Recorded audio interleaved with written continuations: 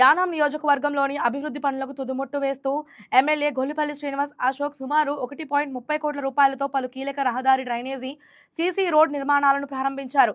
కురసంపేట, Talatam, Gopal Nagar, Brahmanand Nagar, ferry road, కనికాలపేట ప్రాంతంలో ప్రారంభమైన ఈ పనులు యానాం పట్టణ అభివృద్ధికి పునర్దీపంగా మైలురాయిగా నిలవనున్నాయి. స్థానికులు ఎమ్మెల్యే అశోక్ ఈ అభివృద్ధి కార్యక్రమాలు ప్రజల అవసరాలను దృష్టిలో ఉంచుకొని వేగంగా అమలు చేస్తున్నారని ప్రశంసించారు.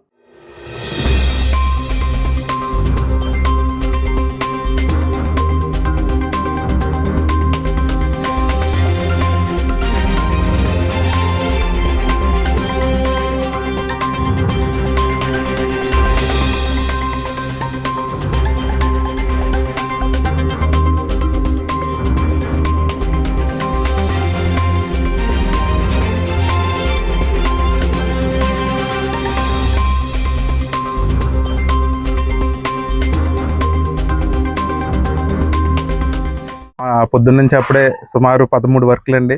కురసంపేట ఒక రోడ్డు ఒకటి, అదేవిధంగా కురసంపేటలో ఒక 4-5 రోడ్లు, కనకాలపేటలో కళ్యాణ మండపం, మరికొన్ని గ్రామాల్లో మొత్తం రోడ్లు శంకుస్థాపన చేయడం జరిగింది. ఇప్పటికే ఎమ్మెల్యే నిధుల నుంచి అనేక ఇబ్బందులు వస్తున్నా కూడా ఏదో రకంగా ఒక సంవత్సరం 2 సంవత్సరాల క్రితం నుండి ఎన్నోసార్లు పేపర్లు పైకి పంపి కిందకి పంపి ఎన్నో ఇబ్బందులు పెడుతున్నప్పటికీ ఈరోజు ఎలక్షన్ దగ్గరికి వచ్చేటప్పటికి ఈరోజు ఎల్ఐడి డిపార్ట్మెంట్ వారు కూడా ఈ లాస్ట్ ఒక 3 రోజులు కోడ్ ఉందనగా వెంటనే అన్నీ కూడా క్లియర్ చేయడం జరిగింది. దానికి ఒక 2-3 రోజులు ఉందనగా మళ్ళీ శంకుస్థాపనలు చేసి కాంట్రాక్టర్ అందరితో కూడా ప్రజలు ఏవైతే రోడ్లు కోరుకున్నారో ఈ 5 ఏళ్లలో కూడా నా వంతు వరకు కూడా నేను చేయగలిగింది పూర్తిగా కూడా చేయడం జరిగింది. ఇక మీద వాళ్ళకి ఎక్కడెక్కడ డ్రైన్లు కావాలన్నా, రోడ్స్ కావాలన్నా కూడా వాళ్ళ కోరిక మేరకు, అంటే మనం 100 కోట్లు 1000 కోట్లు తెచ్చేసాము అనేది కాకుండా వాళ్ళు ఏమైతే కోరుకుంటున్నారో అవి పూర్తిగా అభివృద్ధికి వాళ్ళు కోరుకున్న విధంగా వాళ్ళకి చేసే విధంగా మరి వచ్చే రోజుల్లో కూడా ముందుకు సాగడం జరుగుతుంది. ఇదే విధంగా కనకాలపేట, కురసంపేట ఈరోజు జరిగిన ప్రతి కార్యక్రమంలో పాల్గొన్న ప్రతి ఒక్కరికి కూడా ధన్యవాదాలు తెలుపుకుంటూ మరి ఏ ఎలక్షన్కి సంబంధించి, ఈ కోడ్కి సంబంధించి ఏవి కూడా అభివృద్ధి పనులు అనేది ఆగేది ఉండదు.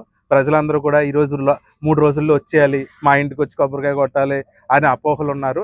ఏవి కూడా మీకు మీ చోట జరిగిన ఏవైతే శంకుస్థాపనలు ఉన్నాయో అక్కడ ఉన్న కాంట్రాక్టర్ని సంప్రదించండి. ఏదైనా కూడా ఎటువంటి ఇబ్బందులు ఉన్నా కూడా మమ్మల్ని సంప్రదిస్తే ఆ పూర్తి వివరాలు ఎవరినైతే మాట్లాడాలో, ఎవరితో అయితే మాట్లాడాలని జరుగుతుంది.